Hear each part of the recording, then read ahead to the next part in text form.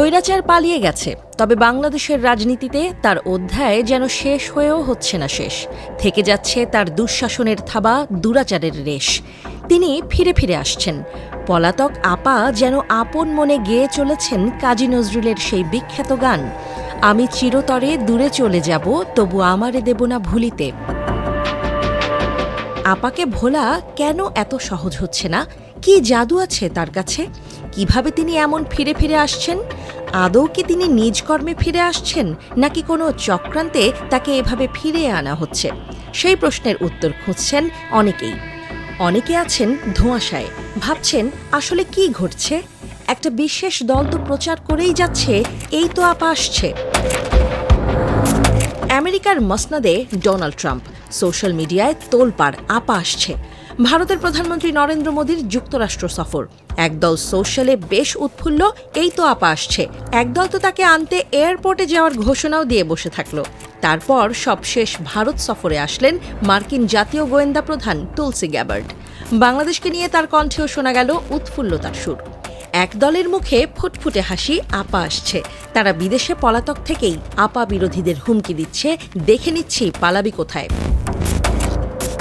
পলাতকরা যখন পালাতে দেবেন না বলে হুমকি দিচ্ছেন, আপাও আসছেন আসছেন করছেন, মানে যে কোনো সময় চট করে ঢুকে পড়তে পারেন অবস্থা।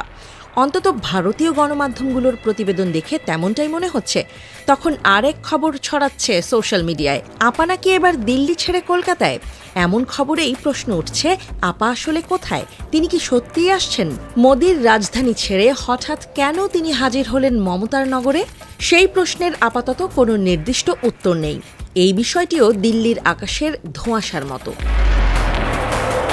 তবে কয়েকদিন আগে জানা গিয়েছিল আপাকে দিল্লি থেকে সরিয়ে নেওয়া হয়েছে। তবে তাকে কোথায় নেওয়া হয়েছে সে কথা জানা যাচ্ছে না।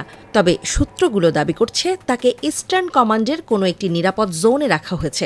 যদিও আপার অবস্থান নিয়ে ভারত বরাবরই লুকোচুরি করছে। তাকে কোথায় কিভাবে রাখা হয়েছে সে বিষয়ে টু শব্দটিও করছে না দিল্লি।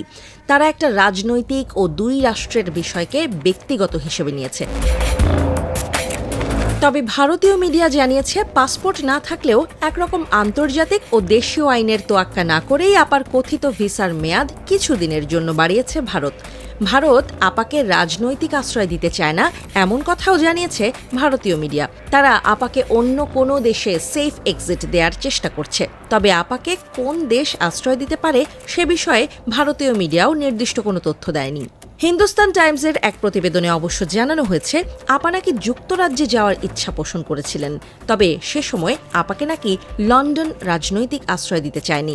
তাই আপার পরবর্তী গন্তব্য নিয়ে ধোঁয়াশা তৈরি হয়েছে।